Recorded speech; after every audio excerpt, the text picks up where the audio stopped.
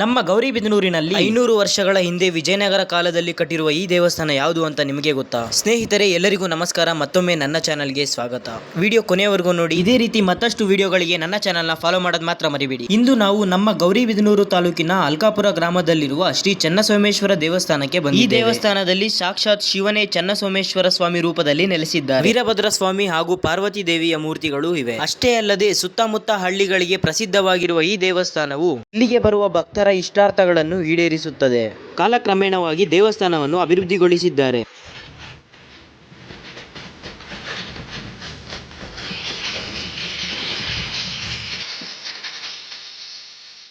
ನಮ್ಮೂರ್ ಜಾತ್ರೆ ತೋರಿಸಿಲ್ ಬನ್ನಿ. ವರ್ಷಕ್ಕೊಮ್ಮೆ ವಿಜೃಂಭಣೆಯಿಂದ ಬ್ರಹ್ಮ ರಥೋತ್ಸವವನ್ನು ಆಚರಿಸುತ್ತಾರೆ.